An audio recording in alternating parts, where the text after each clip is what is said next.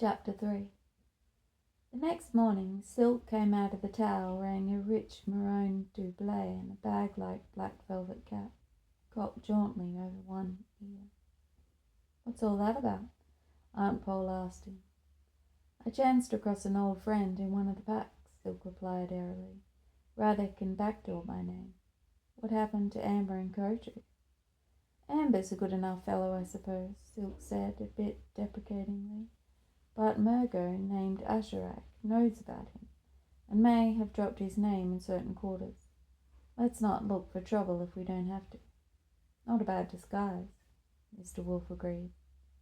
"One more Drasnane merchant on the Great West Road won't attract any attention, whatever his name." "Please," Silk objected in an injured tone. "The name's very important. You hang the whole disguise on the name." "I don't see any difference," Barak asserted bluntly. "There's all the difference in the world. Surely you can see that Amber's a vagabond with very little regard for ethics, while Radic's a man of substance whose word is good in all commercial centres of the West. Besides, Radic's always accompanied by servants." "Servants?" One of Aunt Pole's eyebrows shot up. "Just for the sake of disguise," Silk assured her quickly. You, of course, could never be a servant, Lady Polgara. Thank you. No one would ever believe it. You'll be my sister instead, travelling with me to the splendours of Tol Honor." "Your sister? You could be my mother instead, if you prefer," Silk suggested blandly, "making a religious pilgrimage to Mar Terran to atone for a colourful past." Aunt Pole gazed steadily at the small man for a moment while he grinned impudently at her. "Some day your sense of humour's going to get you into a great deal of trouble, Prince Keldar." "I'm always in trouble, Lady Polgara. I wouldn't know how to act if I weren't." "Do you two suppose we could get started?" Mr. Wolf asked. "Just a moment more," Silk replied. "If you meet anyone and have to explain things, you, Deldarin, and Garion are Polgara's servants. Qatar, Barak, and Durnik are mine." "Anything you say," Wolf agreed wearily. "There are reasons, all right. Don't you want to hear them?" "Not particularly." Silk looked a bit hurt. "Are you ready?" Wolf asked. "Everything's out of the tower," Durnik told him. "Oh, just a moment. I forgot to put out the fire." He went back inside.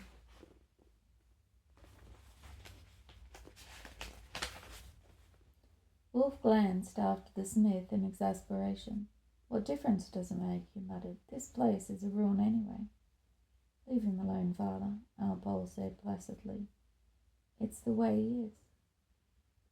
As they prepared to mount, Barak's horse, a large sturdy grey, sighed and threw a reproachful look at Hatar and the elder chuckled.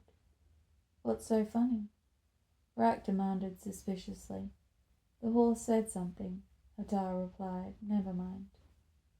Then they swung into their saddles and threaded their way out of the foggy ruins and along the narrow muddy track that wound into the forest. Sodden snow lay under wet trees, and water dripped continuously from the branches overhead. They all drew their cloaks about them to ward off the chill and dampness.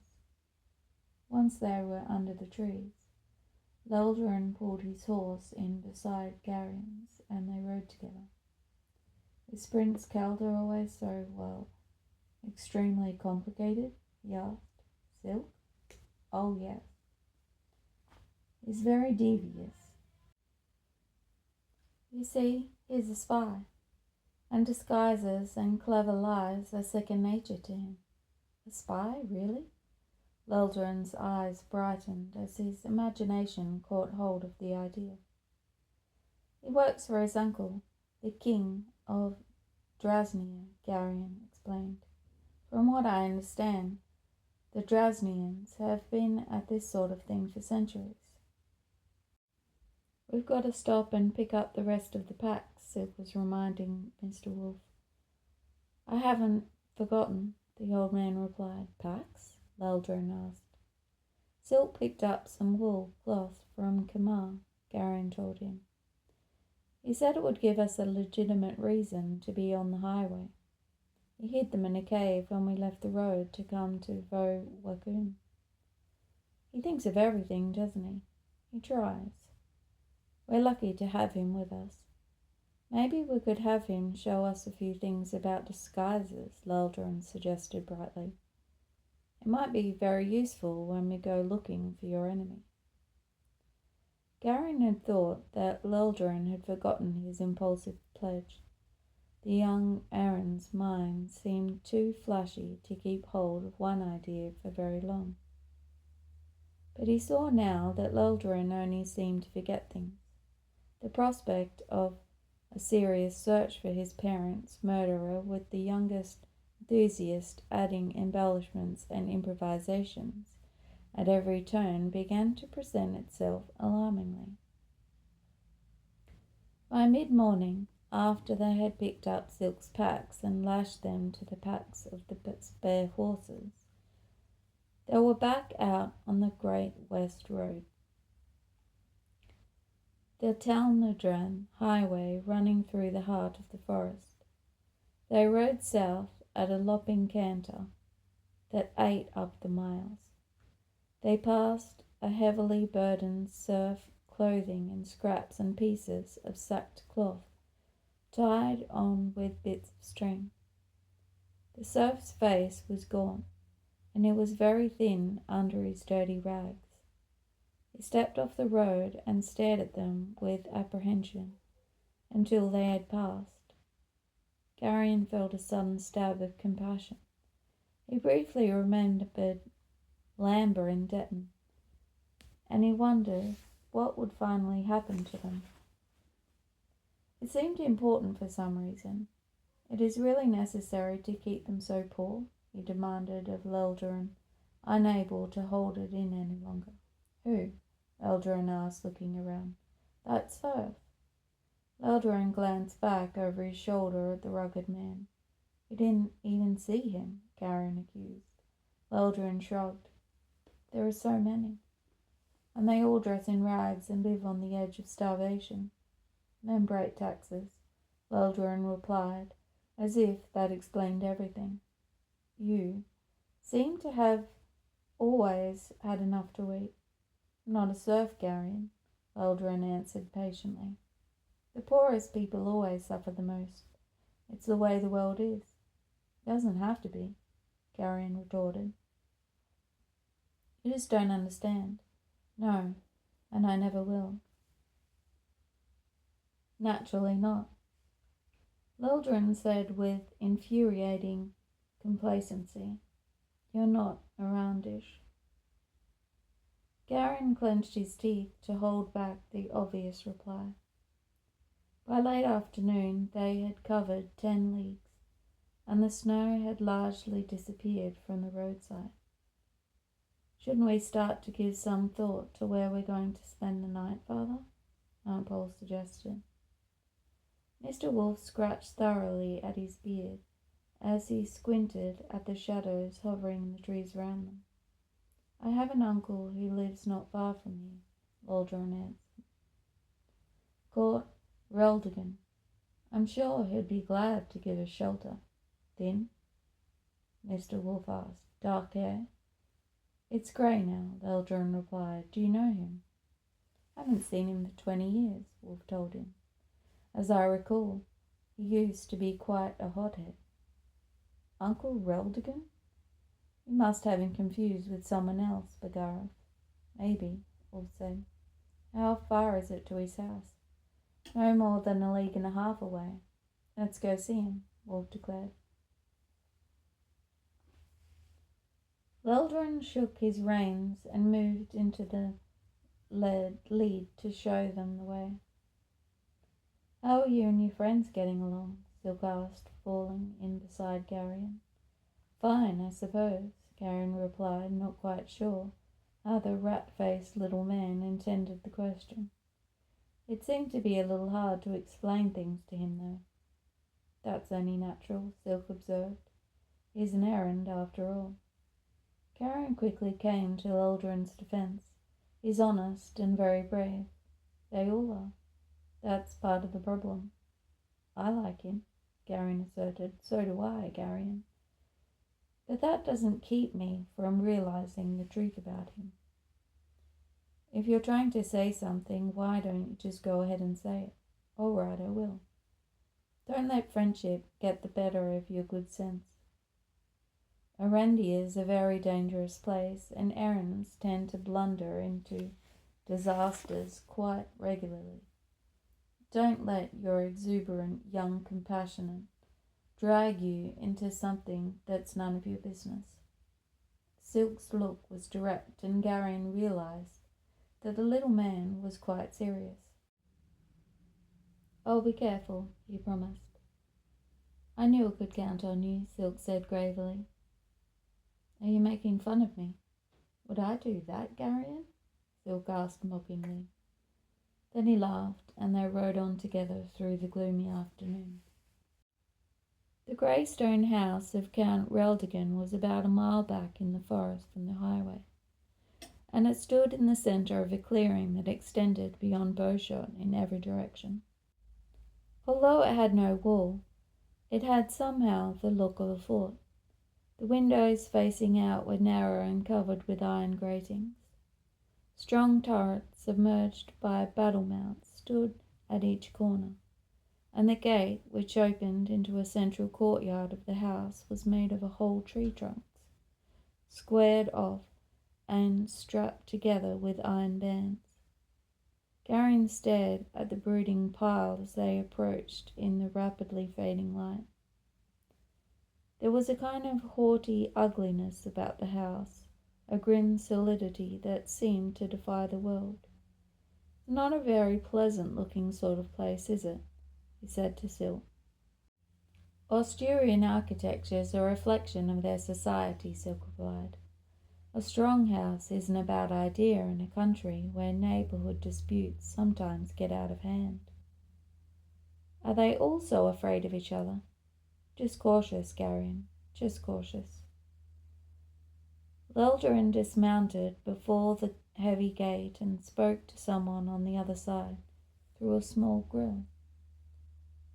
There were finally a rattling of chains and the grinding sound of heavy iron-shod bars sliding back. I wouldn't make one quick move once we're inside, Silk advised quietly. There'll probably be archers watching us. Garion looked at him sharply. A quaint custom of the region, Silk informed him.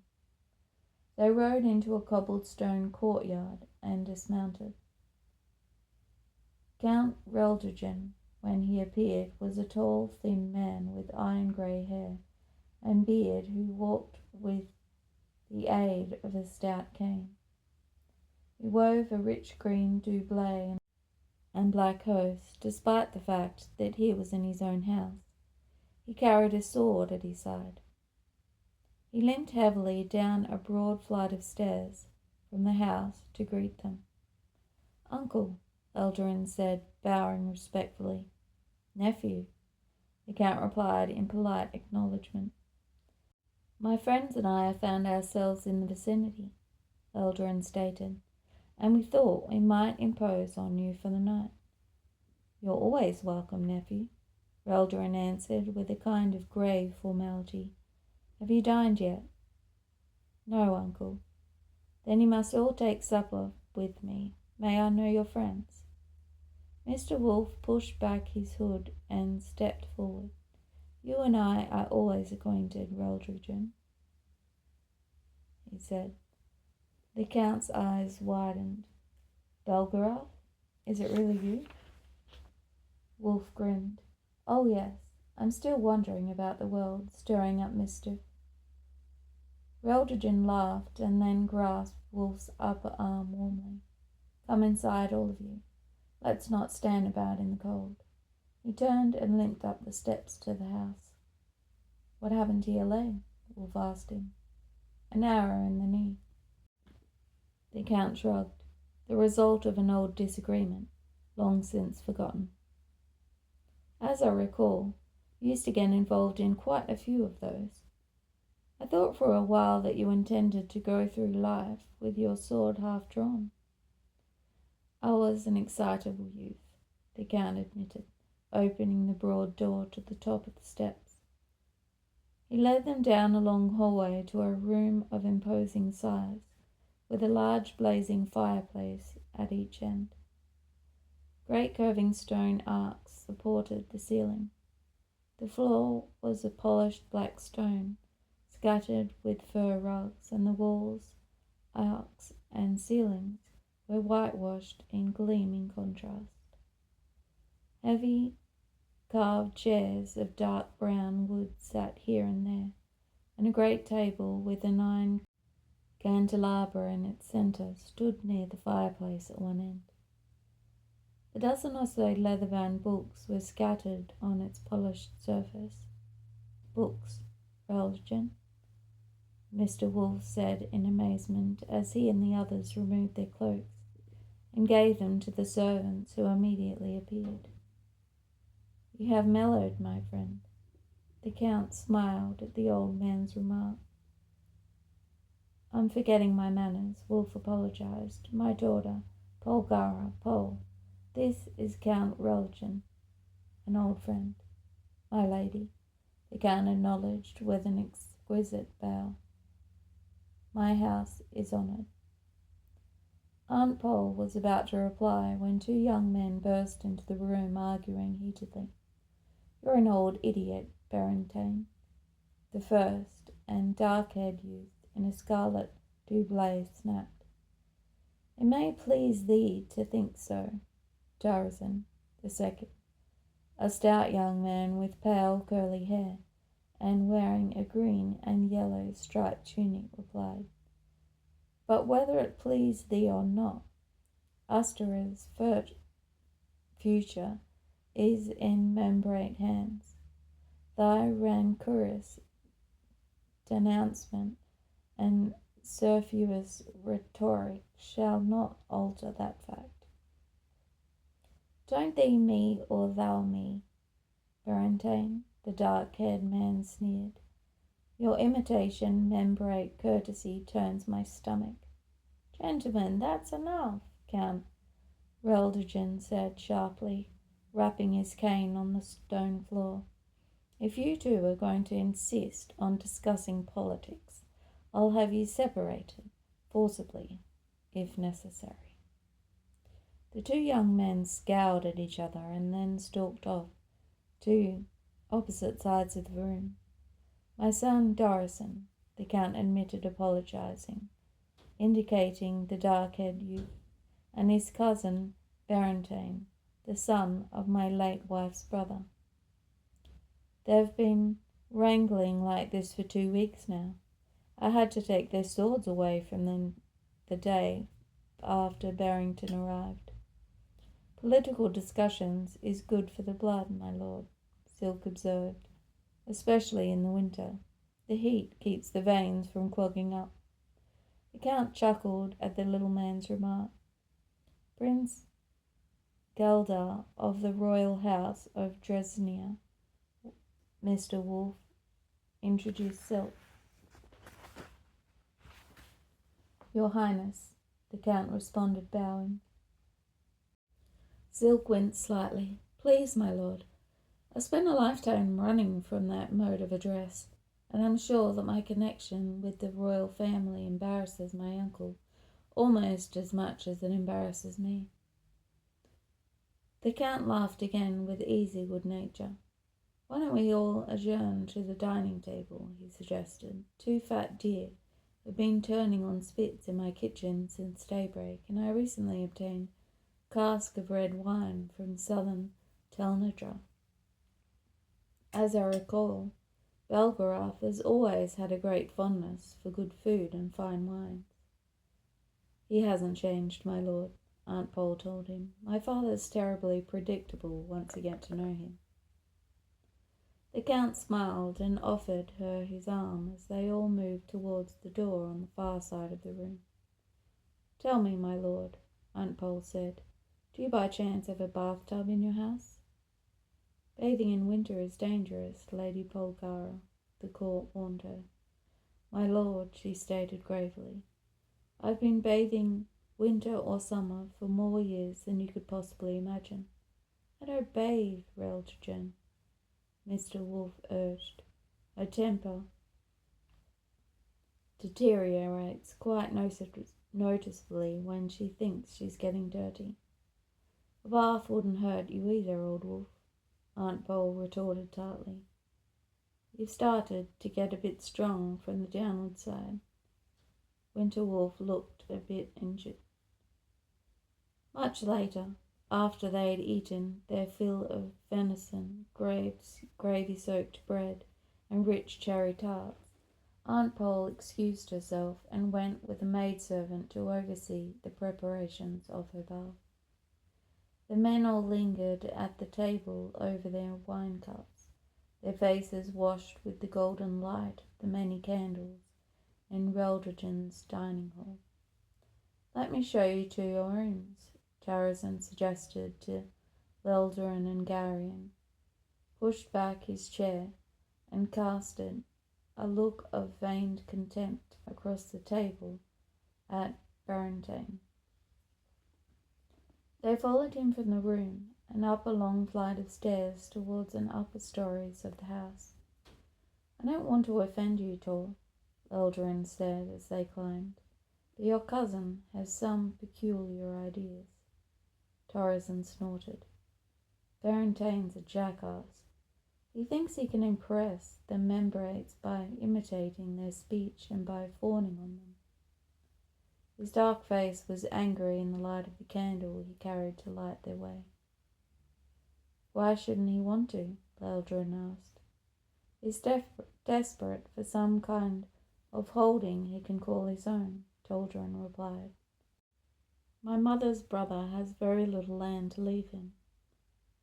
The fat idiots all carvied over the daughter of one of the barons in his district, and since the baron won't even consider a landless suitor, Barentane's trying to wheedle an estate from the membrate governor. It's where fealty to the ghost of Karl Torak himself if he thought he would get him land. Doesn't he realize that he doesn't have a good chance? Leldarin inquired. There are too many land-hungry membrate knights around the governor for him to even think of granting the estate to an Asturian. I've told him the same thing myself, Tarazan declared with scathing contempt. But that is no reason with him. His behaviour degrades our whole family. Leldarin shook his head commiseratingly as they reached an upper hall. He looked around quietly then. I have to talk with you, Tor, he blunted, his voice dropping to a whisper. Tarazan looked at him sharply. My father's committed me to Belgorod's service in a matter of great importance. Leldarin hurried on, in that same hushed voice. I don't know how long we'll be gone, so you and the others will have to kill Gorodon without me. Tarazan's eyes went wide with horror.